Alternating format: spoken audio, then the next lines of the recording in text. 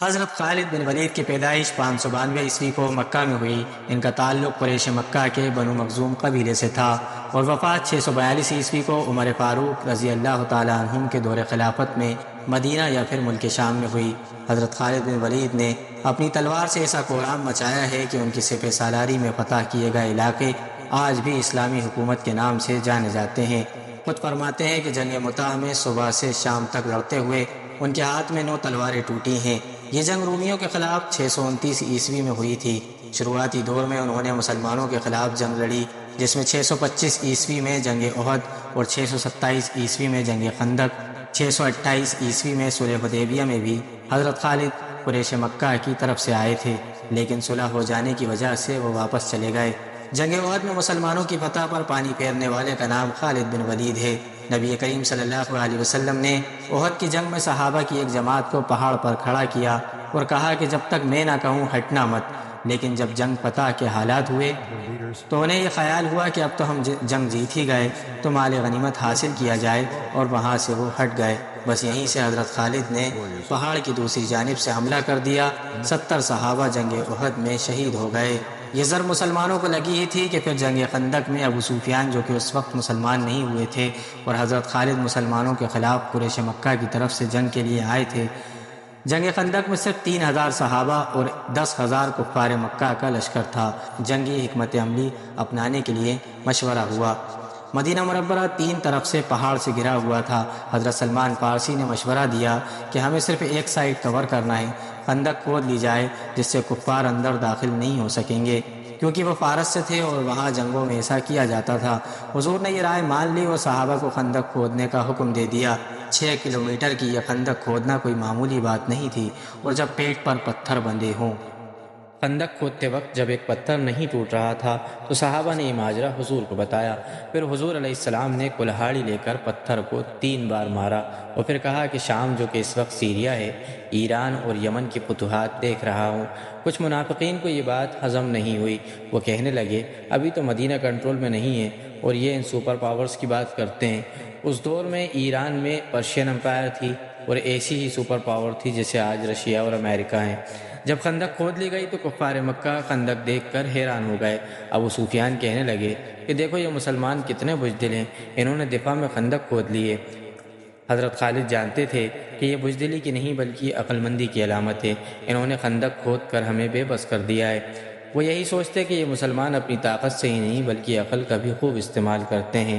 ابو سفیان اندر داخل ہونے کے لیے راستے ڈھونڈنے لگے، لیکن اندر جانا شیر کے منہ میں ہاتھ ڈالنے جیسا تھا۔ 22 دن کے قریب گزر گئے اور قریش مکہ اس انتظار میں تھے کب مدینہ والوں کو اناج کی قلت ہوگی تو یہ خود باہر آ جائیں گے، لیکن ہوا اس کا الٹا۔ 10,000 کی فوج کے کھانے پینے کا انتظام مشکل ہونے لگا اور ایک دن ریگستانی طوفان نے قریش مکہ کے خیمے اڑا دیے۔ ان کے لیے بہت مشکل ہو گیا اور پھر وہ وہاں سے بھاگ گئے۔ ہجرت کے 6 سال بعد 628 عیسوی کو ایک صلح نامہ تحریر ہوا تھا جسے صلح حدیبیہ کا نام دیا گیا۔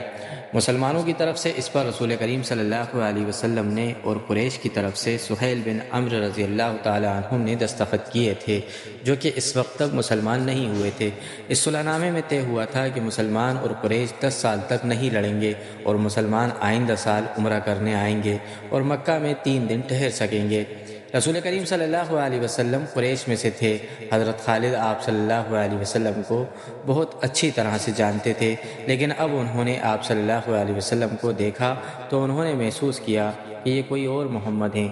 وہ ایسا متاثر ہوئے کہ ان کے ذہن سے اتر گیا کہ یہ وہی محمد صلی اللہ علیہ وسلم ہیں جنہیں وہ اپنے ہاتھوں قتل کرنے کے منصوبے بناتا رہا تھا۔ صلح حدیبیہ تک مسلمان رسول کریم صلی اللہ علیہ وسلم کی قیادت میں چھوٹے بڑے 28 معرکے لڑ چکے تھے اور فتح و نصرت کی دھاک بٹھا چکے تھے۔ مسلمان عمرہ کر کے چلے گئے۔ 2 مہینے گزر گئے۔ ان 2 مہینوں میں حضرت خالد پر خاموشی طاری رہی، لیکن اس خاموشی میں ایک طوفان اور ایک انقلاب پرورش پا رہا تھا۔ حضرت خالد نے مذہب میں کبھی دلچسپی نہیں لی تھی۔ انہیں نہ کبھی اپنے بتوں کا خیال آیا تھا اور نہ کبھی انہوں نے رسول کریم صلی اللہ علیہ وسلم کی رسالت کو سمجھنے کی کوشش کی تھی، مگر اب خود ہی ان کا دھیان مذہب کی طرف چلا گیا اور وہ اس سوچ میں کھو گئے کہ مذہب کون سا سچا ہے اور انسان کی زندگی میں مذہب کی اہمیت اور ضرورت کیا ہے۔ ایک روز حضرت خالد اکرمہ بن ابو جہل سے کہنے لگے میں نے محمد صلی اللہ علیہ وسلم کو اپنا دشمن سمجھنا چھوڑ دیا ہے اور میں نے ان کو خدا کا رسول تسلیم کر لیا ہے۔ اکرمہ بن ابو جہل اس وقت تک مسلمان نہیں ہوئے تھے، بعد میں اسلام قبول کر لیا تھا اور جنگ یرموک میں 636 عیسوی کو شہید ہو گئے تھے۔ حضرت اکرمہ نے کہا، حبل کی قسم تم مذاق کر رہے ہو، کوئی نہیں مانے گا کہ ولید کا بیٹا اپنا مذہب چھوڑ رہا ہے۔ حضرت اکرمہ کہتے ہیں، کیا تم بھول گئے ہو کہ محمد صلی اللہ علیہ وسلم ہمارے کتنے آدمیوں کو قتل کر چکے ہیں؟ تم ان کے مذہب کو قبول کر رہے ہو جن کے خون کے ہم پیاسے ہیں۔ حضرت خالد نے دو ٹوک لہجے میں کہا، میں نے فیصلہ کر لیا ہے اکرمہ، میں نے سوچ سمجھ کر فیصلہ کیا ہے۔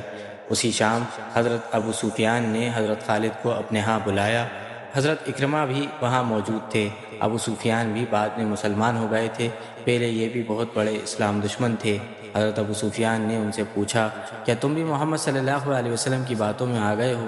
حضرت خالد کہتے ہیں، تم نے ٹھیک سنا ہے ابو سفیان، محمد صلی اللہ علیہ وسلم کی باتیں ہی کچھ ایسی ہیں۔ مشہور مورخ واغزی نے لکھا ہے کہ ابو سفیان قبیلے کے سردار تھے، انہوں نے حضرت خالد کو فیصلہ بدلنے کے لیے انہیں قتل کرنے کی بھی دھمکی دی، لیکن جن کے ہاتھ میں 9 تلواریں ٹوٹی ہوں وہ کہاں دھمکی سے ڈرنے والے تھے۔ خالد اسی دھمکی پر مسکرا دیے، مگر اکرمہ برداشت نہ کر سکے۔ حالانکہ وہ خود خالد کے اس فیصلے کے خلاف تھے، لیکن اکرمہ نے کہا، ابو سفیان، میں تمہیں اپنے قبیلے کا سردار مانتا ہوں، لیکن خالد کو جو تم نے دھمکی دی ہے وہ میں برداشت نہیں کر سکتا۔ تم خالد کو اپنا مذہب بدلنے سے نہیں روک سکتے۔ اگر تم خالد کے خلاف کوئی کارروائی کرو گے تو ہو سکتا ہے کہ میں بھی خالد کے ساتھ مدینہ چلا جاؤں۔ اگلے ہی روز مکہ میں ہر کسی کی زبان پر یہ الفاظ تھے، خالد بن ولید محمد صلی اللہ علیہ وسلم کے پاس چلے گئے ہیں۔ حضرت خالد جب حضور کی بیعت کے لیے مدینہ جانے لگے تو انہیں گھوڑوں کے ٹاپ کی آواز سنائی دی۔ تب انہوں نے دیکھا 2 گھوڑے اپنی طرف آتے ہوئے دکھائی دیے۔ وہ رک گئے، گھوڑے ان کے قریب آ کر رکے۔